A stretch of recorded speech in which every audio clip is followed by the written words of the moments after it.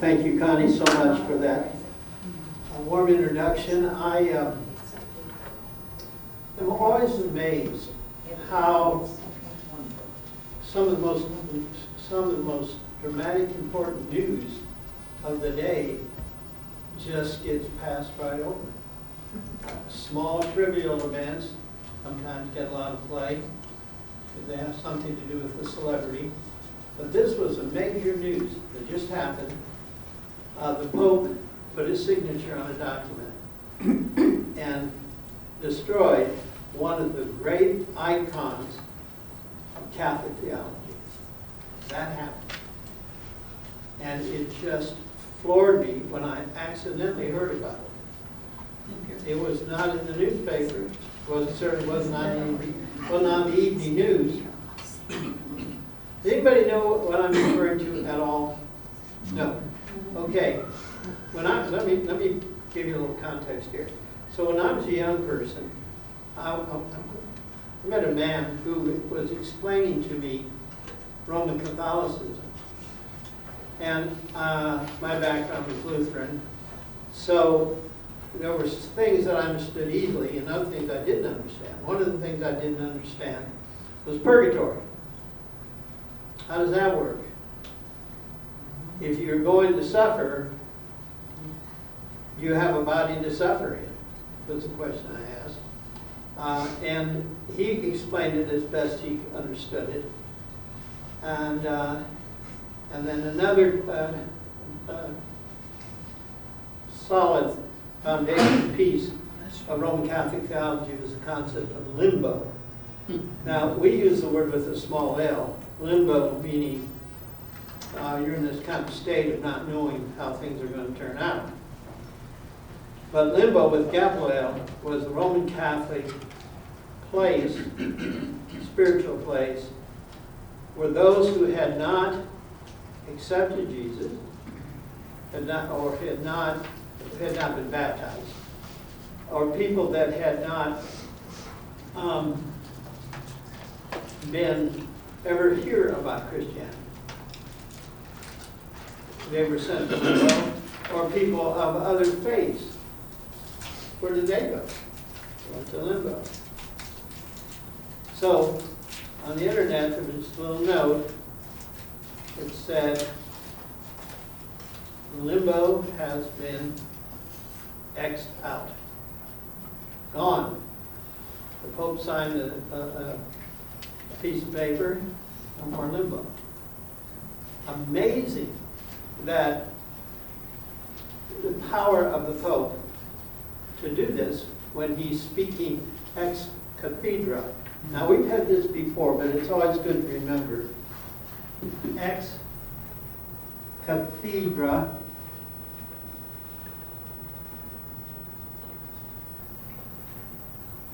Ex cathedra means when the Pope is in his chair. Now, nowadays, this is sort of a metaphorical chair, but when he sat in the chair, and there's a chair, if you go to the Lateran Cathedral, which is where he was, the Pope was for about 1,000 years before they moved over to the Vatican, the chair is still there, right? And where the chair was, you had to build a building around it. Guess what the name of the building was? Building of the chair. Add that L. Do you see it? Cathedral. When do you have a cathedral? When the bishop has his chair. Where the bishop has his chair is called a cathedral. It might be a room of this size, but typically it's grand, it's vast, it's great. Why? The chair is there, right? And it's really hard to explain this, particularly to my students. They don't understand why a chair is so important. In the ancient days, chairs were very rare because chairs require enormous amount of construction technique with special equipment, and all this was done by hand. So if somebody started with a tree and a knife and started cutting, You know how long it would take to make a chair? A long time. And so, or what they would do in very special occasions, for example, if you were going to be the King of England, or if you're going to be the Pope, they would make a chair out of solid rock. They'd chip it out. Amazing, right? So, if you ever want to know what a cathedral is, it's where the bishop, remember, the Pope is the Bishop of Rome, but there's a bishop in every major city. There's a bishop in Dallas. Guess where he sits? In the cathedral in downtown Dallas. Our Lady of Guadalupe. There's a chair there. I mean, again, nowadays, they don't make such a big deal about the chair, but that's where the word comes from. When he speaks from the chair. So the Pope, basically, if he declares something to be true or untrue, then it becomes canon law. Now, by the way, canon law is another term. Canon law, the word canon simply means here church law, Roman Catholic law. So canon law is whatever the Pope says it is. Now there are church councils, meet and they decide things, and then typically the Pope signs off on all that, right? But what happened is that the Pope signed a document, canon law, limbo doesn't exist anymore. So where do those poor people go that aren't baptized? Those babies that don't make it from birth to the baptism wristband. Where did you learn this if it wasn't in the newspapers? It was on, I have a, what do they call it when you have an app that gives you the religious service site. They have all the latest news from the world of religions. But I thought that was big enough that it would be national news, right? International news. So. You'd Yeah. think so. Yeah. But I think it's a little bit of a, maybe embarrassment a little bit. Because, I mean, this has been there for 2,000 years. Limbo. Now it's gone. And- yeah. New laws, does the Pope always sit in the chair when he declares a new law? Not anymore. I mean, all he has to do is sign his name. But historically, way back, the Pope would sit in his chair and make a pronouncement, right? And the chair would just symbolize his authority. His authority. His authority, because he got to sit in the chair. Have you ever thought about this, Larry? In colleges and universities, there's a chair. So you have the department of whatever, chemistry, chair. Now for years I wondered, what do they call a person a chair? I mean, how did that happen? Well, because back in the university, you came and there were chairs are very rare, very expensive, so they would go to the cost, trouble, and expense of making a chair for the head of the department. And so he got to sit in the chair, and everybody else had to stand. And back in medieval universities, they didn't have chairs, they had benches. Now, the thing you've got to remember about a bench is pretty easy to make. You take a log, cut it in half, and then you make some posts for the thing to sit on, and then you have a bench. So if you went to an event in a let's say a wedding ceremony, just to pick some event somewhere, they'd probably have benches for you to sit at, and they'd have tables of some kind, and people enjoyed themselves. But chairs, they got so used to eating sitting down on the floor, say in Japan. That's where they still eat, right? Traditions die hard in certain places. But we think of chairs, oh, chair, how many chairs? Everybody has a chair. Well, we're all popes right now, I we're know. all sitting, I we're know. standing. I know, you picked up on my joke before I could spit it out. Yeah. Thank you, Larry. So, this is kind of amazing to me, how we look at, we think of something, but we don't analyze where it came from. You know, the idea of charity. And so, if you were at a medieval university, or if you were at a court in the old days, and this still applies in some places, you would rise and stand until the judge or the chair came in and sat down. Then you could sit down. Okay? Protocol, right? All right, how do we get off on that? These things just roll. That's all those poor people who used to be in limbo, and now they have no place to go. Oh, yeah, where are the people that are in limbo? Yeah, good point. Does doing away with limbo do away with purgatory? No, purgatory is still there, and it's operating as far as I know. Can you check on that, Paul? Yeah, well, I say Pam will just kind of skip through purgatory. I'm going to be there a long, long time. And as I have a lot of sin to work out, but there are people that will almost just skip through it, right? I want to talk today about another city, Constantinople.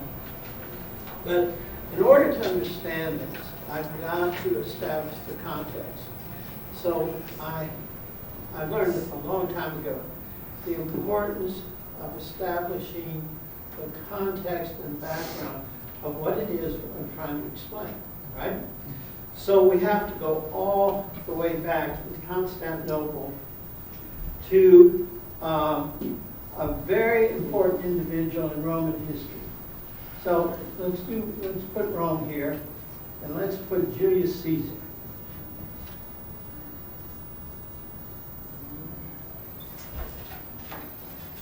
Now, Julius Caesar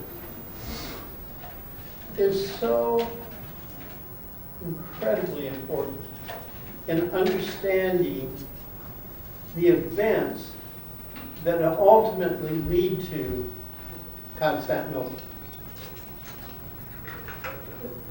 Julius Caesar is such a tremendous turning point in history, and I'm going to try to explain why. Julius Caesar was, of course, a very famous Roman general. Now, the thing to understand, his name is still with us today in a way that you probably don't even think about it. And that is, well, two ways. Yeah, thank you, Richard. There's two ways that we think about his name.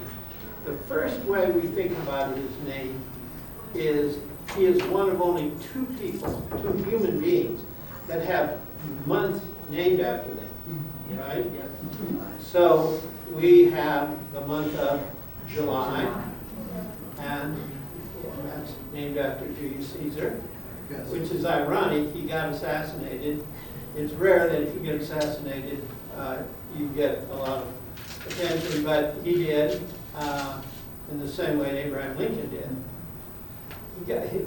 Anyway, Julius Caesar's name is a month, and also his name is associated with a medical practice known as cesarean section.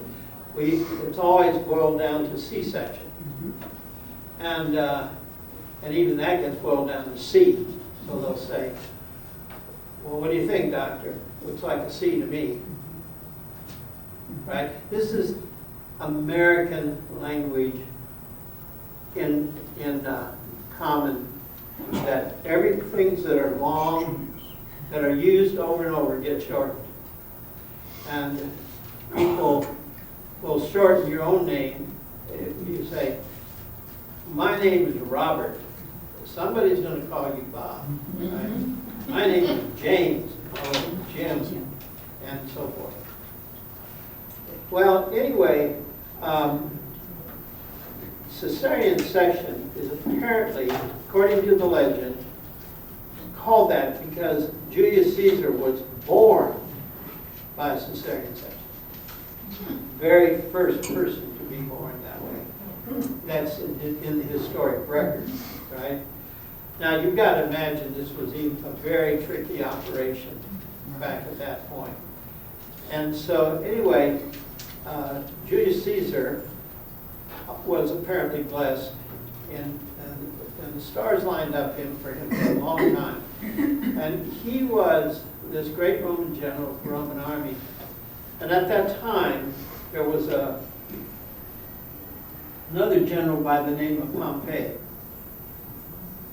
Now, Pompey is one of the important names in Roman history because Pompey conquered a lot of territory and was considered,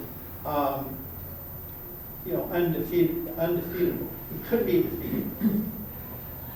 And yet Pompey was defeated by Julius Caesar. And so Julius Caesar then was sort of the king of the ball in the sense that he was able to pretty well come in and just run things in Rome, even though he did it by what we call a coup d'etat. A coup d'etat. Coup d'etat, this wonderful French term, means to hit the state, which means to take over by military force. A coup d'etat. So Julius Caesar brought his army to Rome, got to a river called the Rubicon, and he got the word from Rome, don't cross the Rubicon. But he did. He came in, and he took Rome by force. Well, the Senate just says, oh, wow, okay, you can be dictator now. By the way, the term dictator is what they use for the ruler. But the Roman Republic, you have to remember, up until Julius Caesar, you have the Roman Republic. And in the Republic, the whole point of the Republic is that the representatives of the people would choose the next ruler for 1 year. They were modeling the Athenian Republic. So the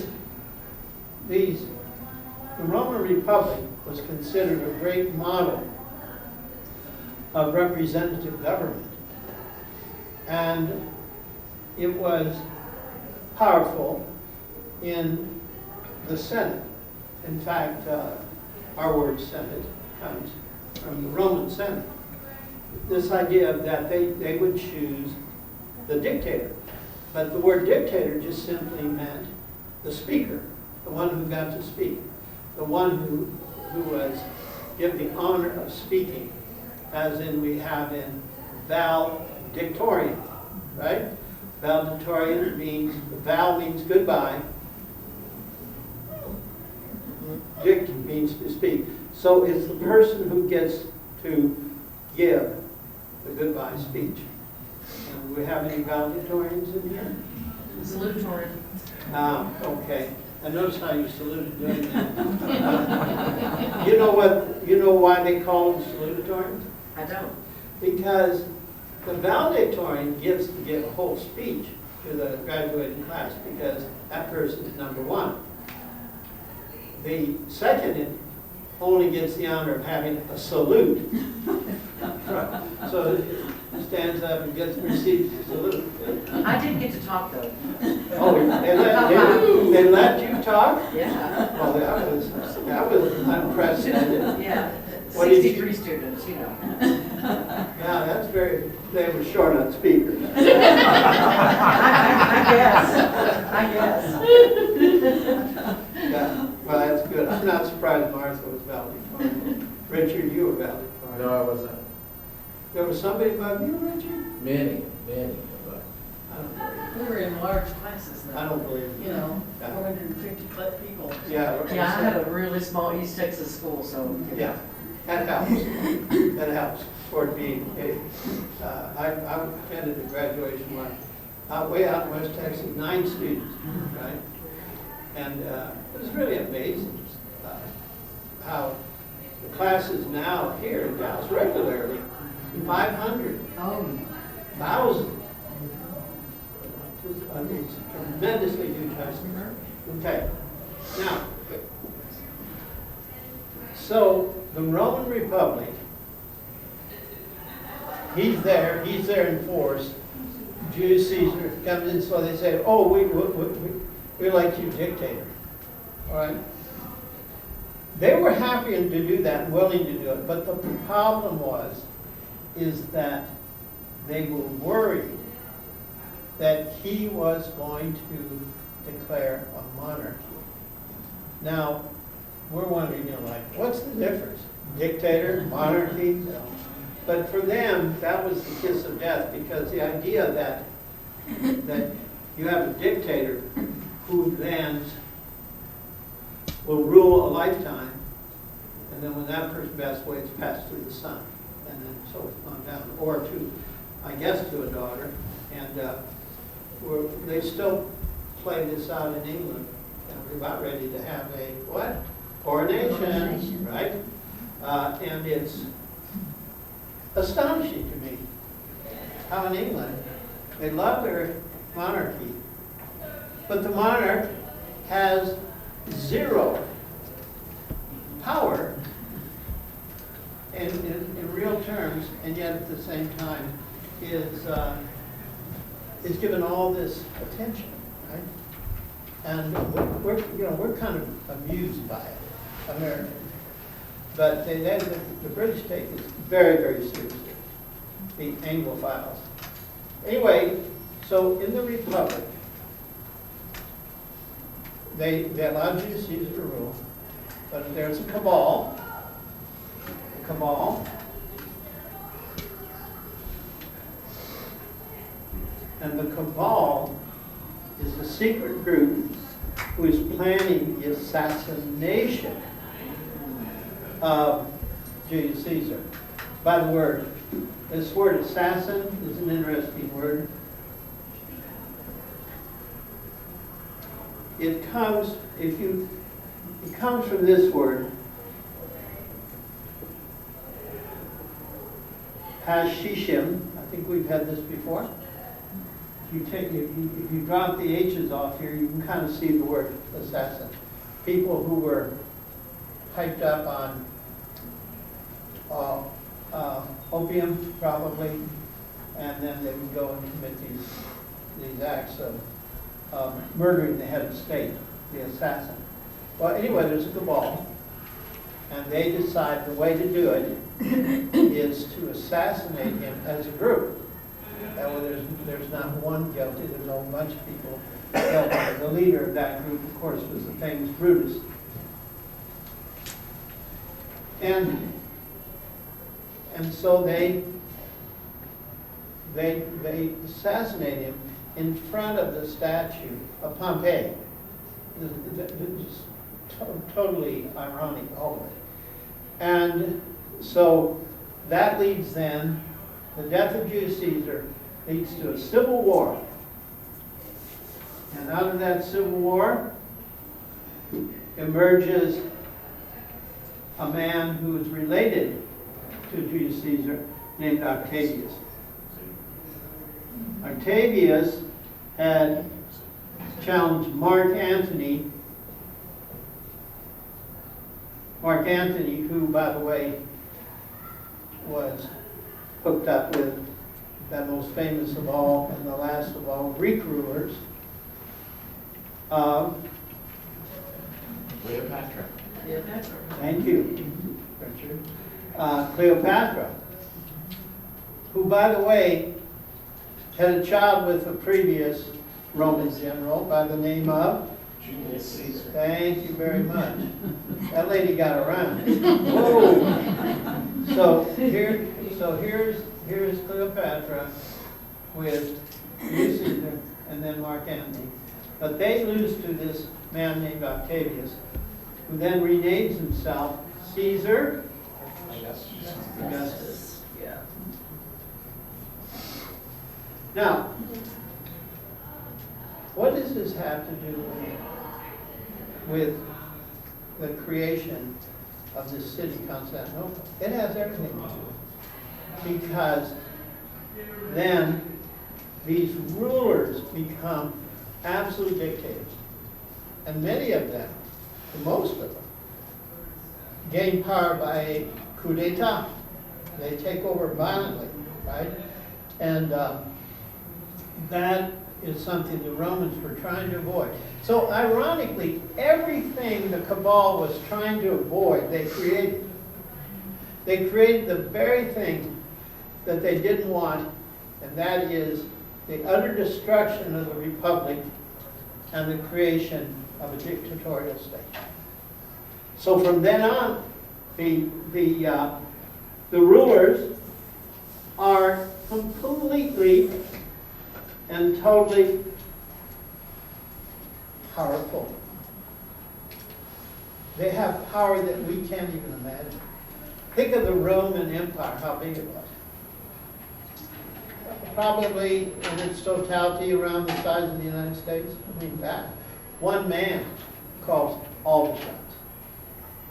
And that man, what they called, by the way, they were very careful not to use the name king or even by king. So they came up with a new term, emptor,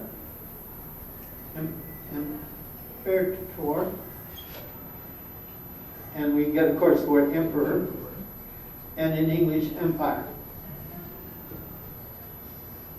So, Julius Caesar Augustus, of course, Caesar Augustus was ruling at the time of the birth of Jesus, so this is a very easy to remember. The Roman Empire parallels the growth of Christianity. It's a very important detail that we'll talk about again. Now, so let's go back now and focus on what happened in about 320. The emperor is named Constantine. Now, Constantine is a pagan, we would say. In other words, he's a follower of the Roman religion. He's very devout to the Roman religion. But he has a mother who has become a Christian. Her name is Helena. And this lady here does not get enough credit for changing the course of history. And what you have to understand is this, that Helena was very close to her son. Have you heard the term mamzer? This is a boy who's just tightly connected to the mom. Usually there's no father, and that boy will take care of the mother until the mother passed away, and then oftentimes finally get married. And I know personally a situation exactly like this. So whatever mom wanted, mom got. But Constantine never became a Christian until the very end, on his deathbed. He was baptized. Now, whether he was really able to make the decision or somebody just came and baptized him, we don't know for sure. But the idea is that Constantine was a guy who made two decisions that changed the course of of history. The first decision he made is that he decided Rome was no longer at the center of the Roman Empire. And he just thought it'd be much better to move it much farther east. So he looked for a town or a spot that had 7 hills. So because he was going to replicate Rome. And he found this little fishing village on the Bosporus. Now the Bosporus is way over there in what is today Turkey. And the Bosporus was a good location in the sense that you can go north up to the Black Sea, you can go south into the Mediterranean, and it has a lot of advantages. So just one day he says, we're all moving. Really, where are we going? We're going to this little fishing village. And they just moved kit and caboodle, the whole thing, right? So that happens around 320. And we don't know all the motivations, but I have a feeling that his mother had something to do with that. And then his next decision was to, in building this capital, his next decision was to make it the center of Christianity for his mother. And he would do anything for his mother. So what he did is he calls, at his mother's insistence, he calls a great church council at Nicaea. Nicaea is where he had his summer palace. It's on a lake. It's very near what is today, of course, Istanbul. And he called all the bishops from around the world to Nicaea, the Roman world. Come during the summer and plan to stay a while. Or it basically took up the whole summer. To do what? To appease his mother, because she hated the idea that Christians were killing each other over doctrine. And the big issue at that time came from Alexandria. Now, this is a nice segue from what we did last week to this week. There were 2 men, priests, in Alexandria. One was named Athanasius, and the other name was Arius. Now, this gives you another idea of how important Egypt was. Remember, I told you last time, I think, that Egypt was the first country to become Christianized, and had a very strong Christian population there. And these 2 men were on 2 ends of Christian doctrine.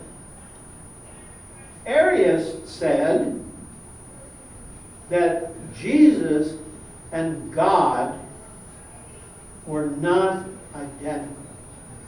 By that he meant Jesus was created by God to come to the earth to save the earth. That was Arius' position. Athanasius was on the other end of the spectrum. Athanasius said that Jesus was God. The analogy that's always used is Jesus and God and Holy Spirit are like water, H2O.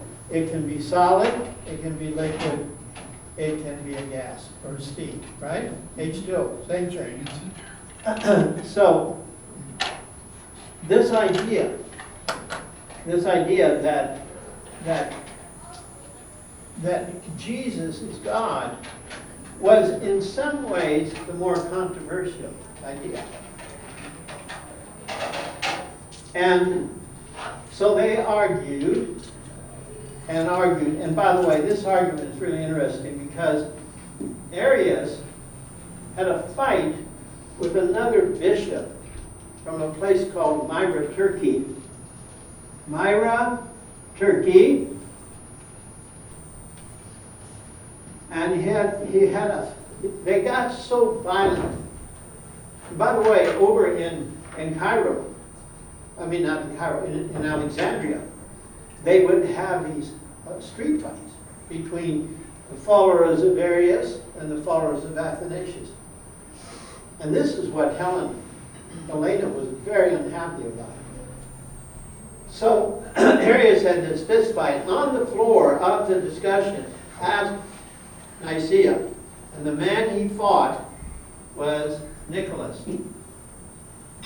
Nicholas, better known to you as Saint Nicholas, better known to you as Santa Claus. The man himself, Santa Claus, and Arius had a fist fight. And it's believed that St. Nicholas got the better of the fight. You know, we have this image of Santa Claus, smoking his pipe and just Mr. Happy and relaxed and all that. He was a very contentious kind of guy. It just seems to me an interesting point in history where two things come together that you hardly can believe, right? Well, anyway, they argue, finally come to what they call a compromise between these two positions, and we call it orthodoxy.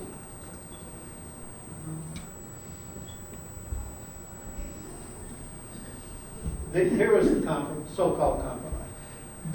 Basically, Athanasius won, but here's the compromise. The Council of Nicaea said that Jesus is fully God, 100%, but fully man. 100%.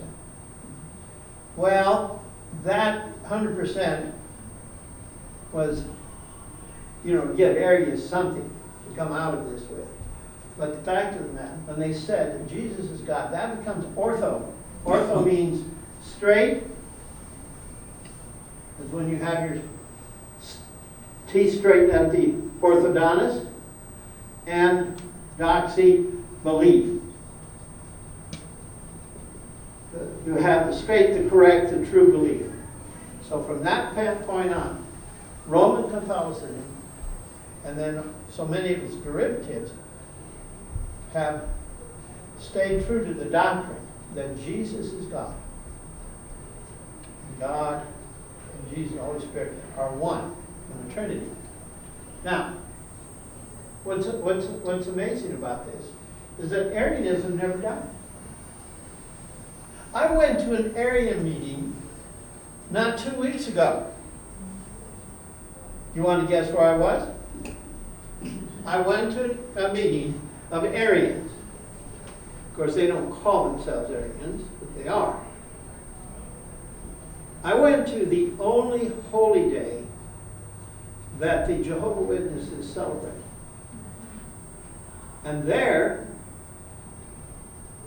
they had communion for the 144,000 who are going to heaven. And they passed the wine. And there were about 400 people there. Nobody drank. And they passed the bread. Nobody ate. Interesting, right? Nobody there in that meeting was one of the 144,000 that's going. That's core doctrine. Well, they believe that Jesus and God are separate. They believe in Jesus, but the name gives it away. Jehovah. Right? It's all about the emphasis on God. Now, what other major denomination in the United States has the same idea that Jesus and God, Father and Son, but they're separate beings? Church of the Latter-day Saints. Thank you. LDS, Latter-day Saints, Mormons, same thing. Arians. Unbelievable. All right, now, I'm going to try to wrap this up into a package here. So, Constantinople then develops as the center of Christianity in the East. Because what happens in the West is Rome no longer being the capital, they gradually get weaker and weaker, because it's like during the Civil War in America. They built about 100 forts around Washington, D.C. If the Confederates had been able to take Washington, D.C., the war would have been over. That would be the end. Well, same thing here. And so the idea of defending the capital is central to understanding what happened. Rome was not defended, not to the degree. And ultimately, these Germanic tribes, the Visigoths and the Ostrogoths and the Vandals, and all of them came down and eventually took Rome. Rome was done by 500. Right? Interestingly enough, Byzantium, by the way, the Byzantines didn't call themselves Byzantine. They called themselves Romans. They were Roman. They saw themselves, and then after 500, they are what's left of the Roman Empire.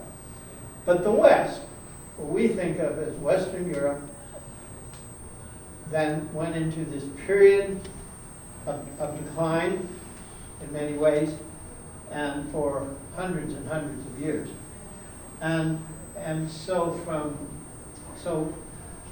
this city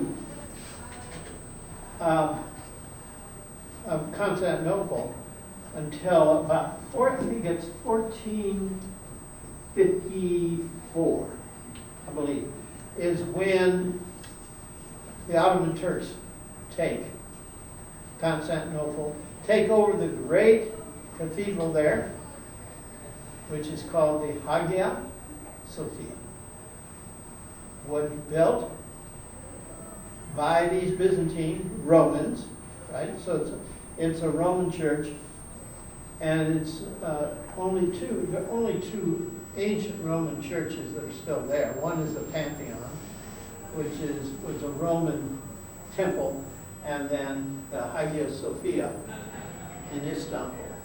They renamed it Istanbul, and now it's one of the great cities in that part of the world. But Constantinople and Byzantine became known as the Orthodox Church, right? The defenders of the Orthodox position, and so it remains to this day. They're very strict about theology, but strangely enough, the ministers, the priests, I should say, can marry, right? So that's one of the things that separates East from West. There have been many attempts to bring the Roman Catholic Church and the Orthodox Church together, but they've never amounted to anything, because remember, the concept of bishops, right? Bishop of Jerusalem, the bishop of Constantinople, the bishop of Rome. So these bishops have absolute authority in their realm, right? And so in Dallas, for example, we have a bishop. So we have the diocese, is what it's called, and there's a bishop over it. Then if you're really successful as a bishop, then you become a cardinal. And does anybody here know the main job of a cardinal? To elect the next pope. The word election here needs to be taken under advisement, because what it is, it's a consultation, and then they vote, but there's always a very short list. By the way, somehow they found out that Pope Francis had come in second in the previous round of election for a pope, and then came first, and he is the current pope. All right, any questions or comments or rebuttals, Richard, or anything else anybody wants to talk about? Now, I've done this a little bit backwards, but I did it for a reason, because I wanted to tie Athanasius and the Alexandria people who are Orthodox also. Each of the Egyptian Coptic Church is very Orthodox.